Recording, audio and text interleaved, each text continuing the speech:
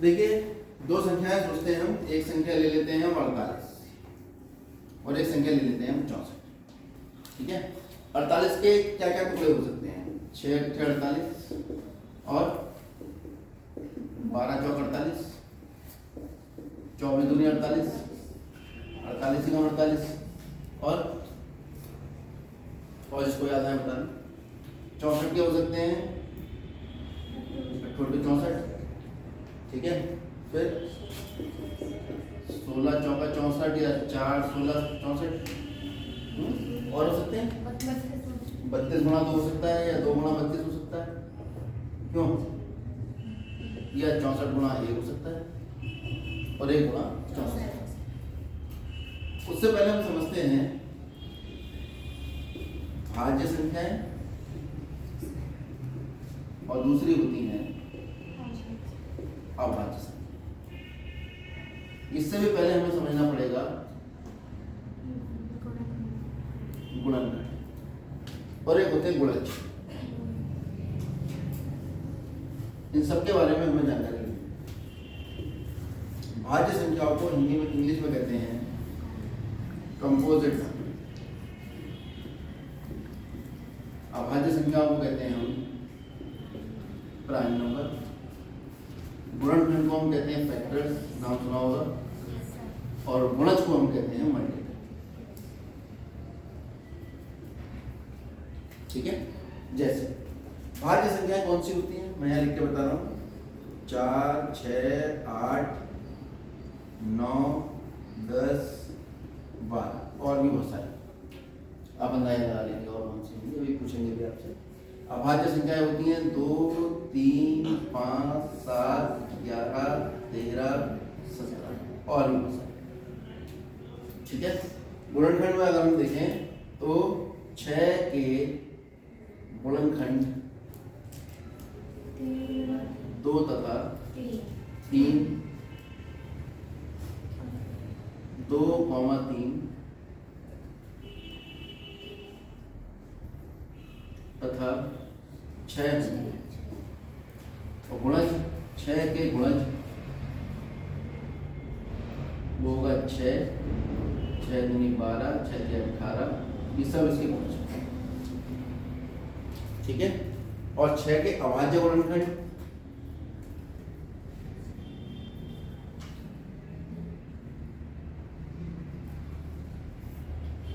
वो होंगे 2 तथा 3। अब समझ लीजिए, भाग करना तो आप जानते हो, भाग करके शेषफल भी आता है। 2 से 6 को भाग करो, 2 × 6 शेषफल कितना है? 0। 2 से 10 को भाग करो, 2 × 5 = 10 शेषफल कितना है? 0। 2 से 11 को भाग करो, 2 × 5 = 10 शेषफल कितना है? 1। इसकी बात नहीं करेंगे हम जिसमें शेषफल 1 आएगा, केवल उन्हीं संख्याओं की बात करेंगे जिसमें भाग करने पर शेषफल 0 आता है।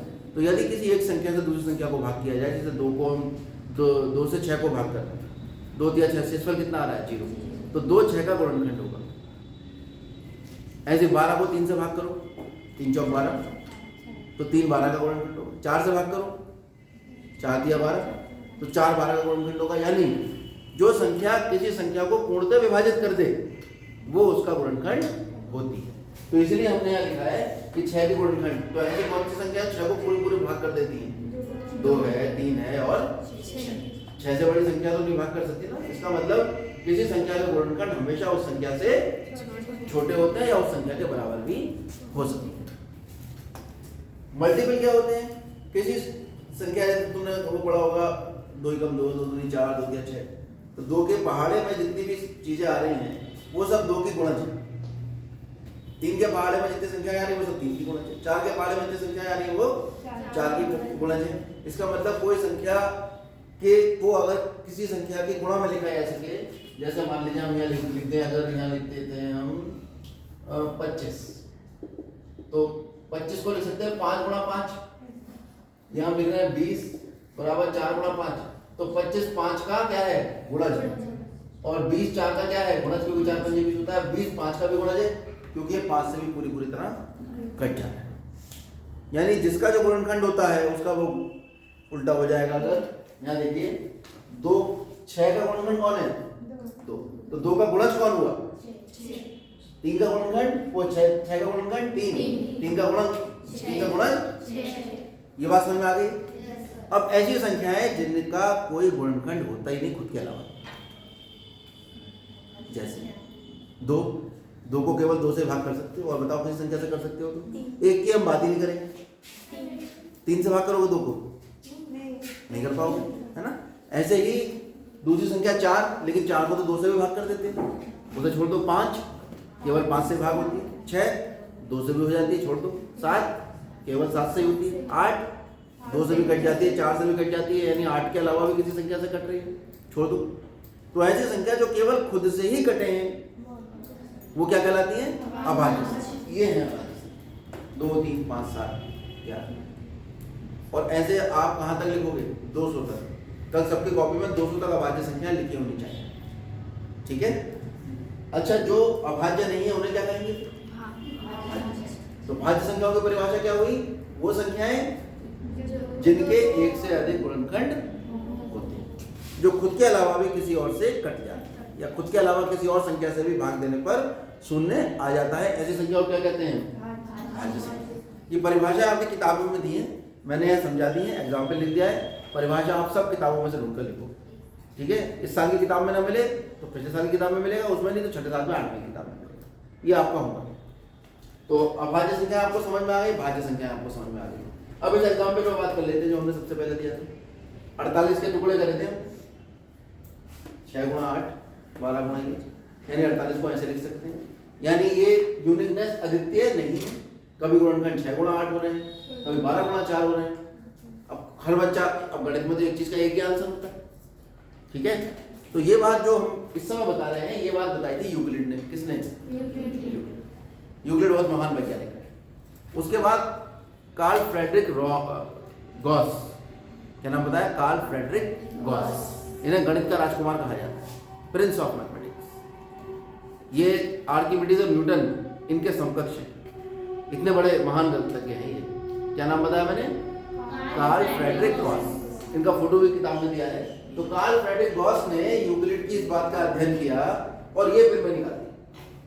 अब देखो कैसे निकाली फिल्में। उन्होंने कहा कि हम जो गुणनखंड कर रहे हैं, ये गुणनखंड केवल अभाज्य संख्याओं के रूप में करिए, यानी गुणनखंड आपको भाज्य के रूप में करने ही नहीं है। किस रूप में करने गुणनखंड?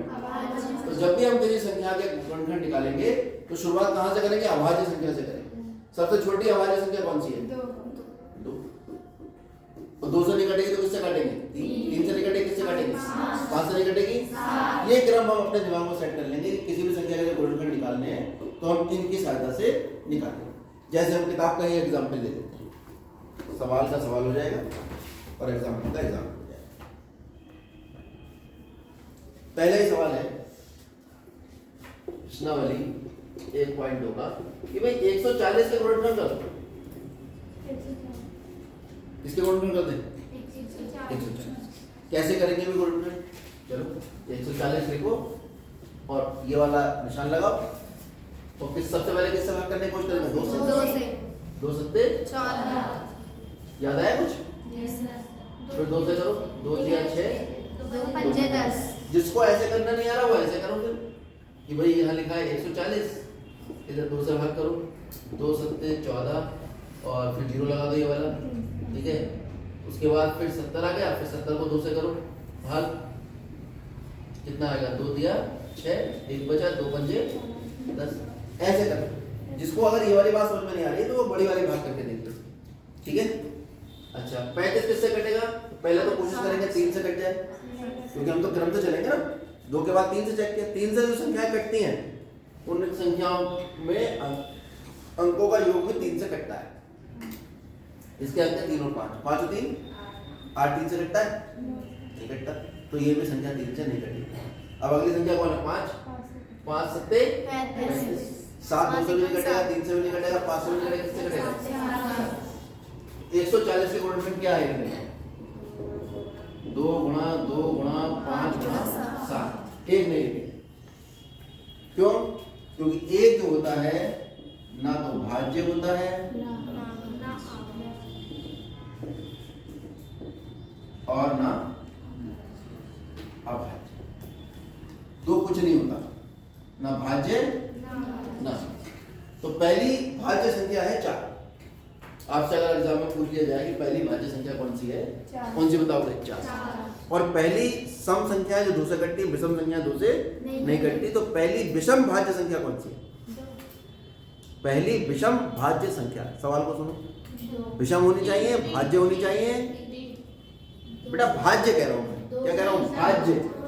भाज्य में तो 2 आएगा ही नहीं। 4।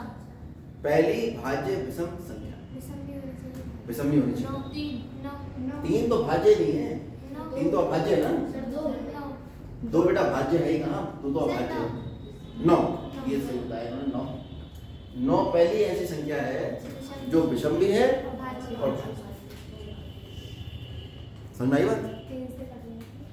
अच्छा, अब हम इसके टुकड़े देख रहे हैं। किसी संख्या को जैसे अगर हम लिख रहे हैं 2 गुणा 2 गुणा 2, 2 की घात 3 लिख सकते हैं।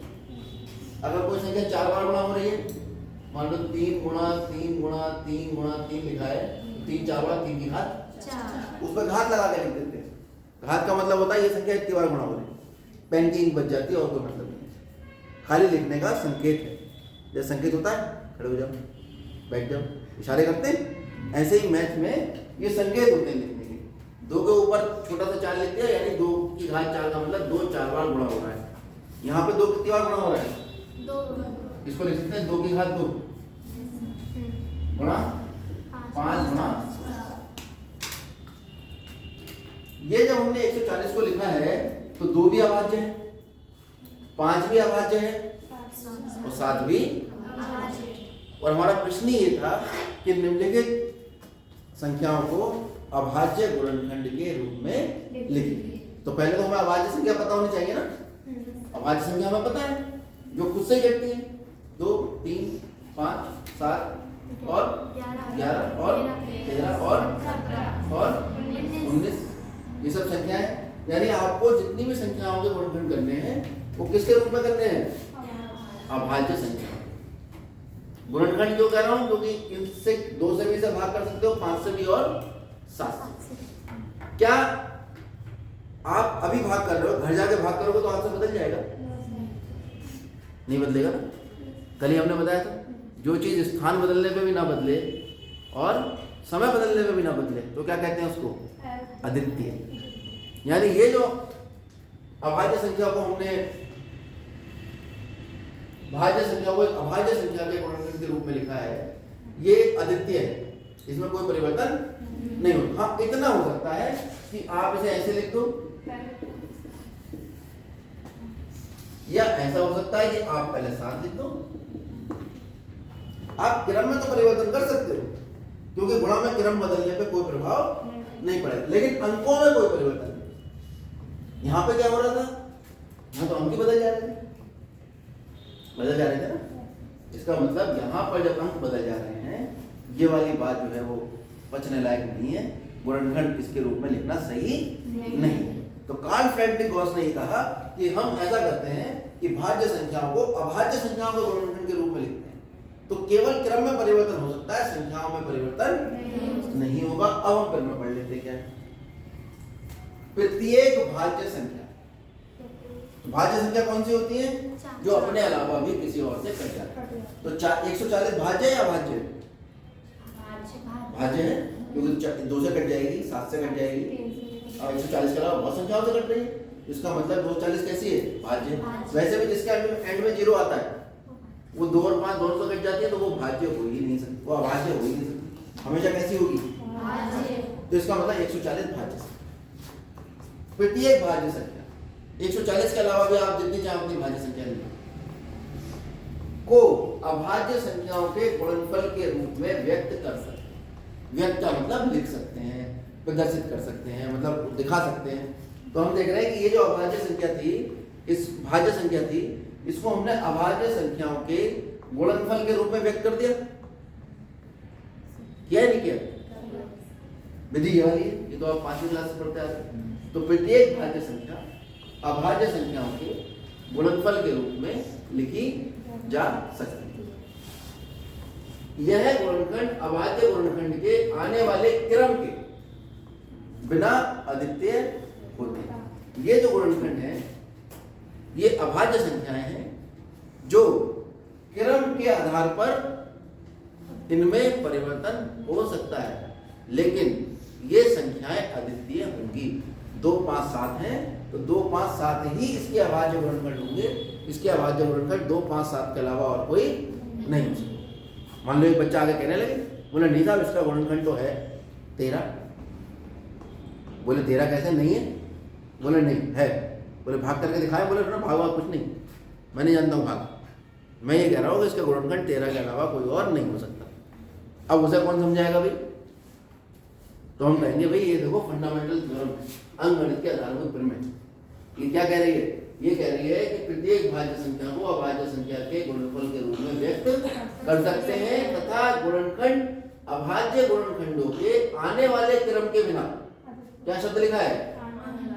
क्रम के बिना अद्वितीय होता है। तो ये जो हमारे पास अभाज्य गुणनखंड होंगे, ये क्रम के बिना, यानी क्रम का ध्यान ना भी रखो तो वो गुणनखंड अद्वितीय होंगे, यानी उनमें परिवर्तन नहीं होगा। तो भाई इसके गुणनखंड 2, 5, 7 हो सकते हैं। इसकी गारंटी कौन ले रहा है? अंकगणित के आधारभूत प्रमेय इस बात की गारंटी ले रही है।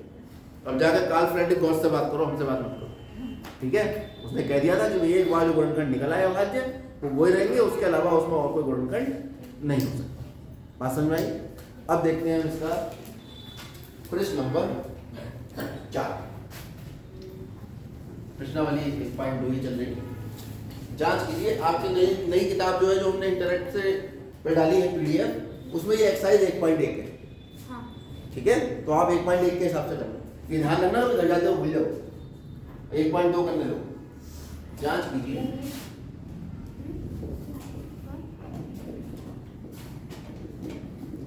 कि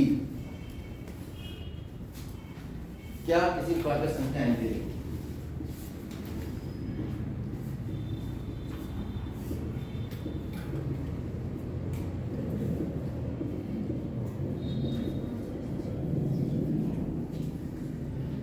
संख्या 6 की घात है 0 अंक पर समाप्त हो सकती है। संख्या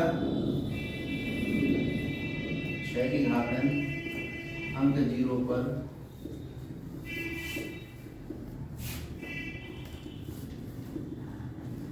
ये इधर ध्यान दो सब लोग।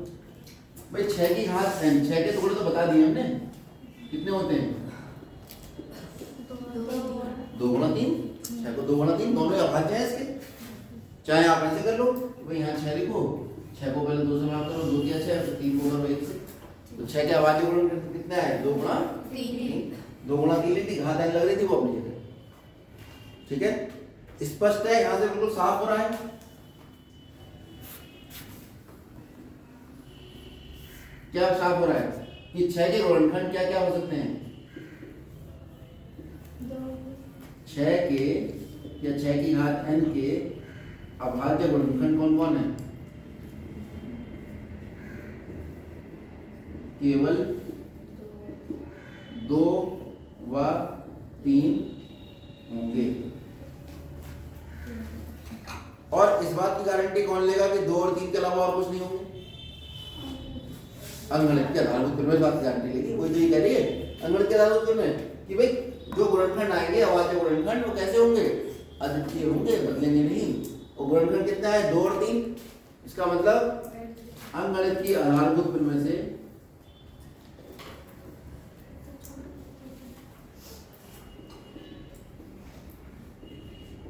प्रमेय से 6 की घात n के गुणनखंड 2 तथा 3 के अतिरिक्त कोई और संख्या नहीं हो सकती।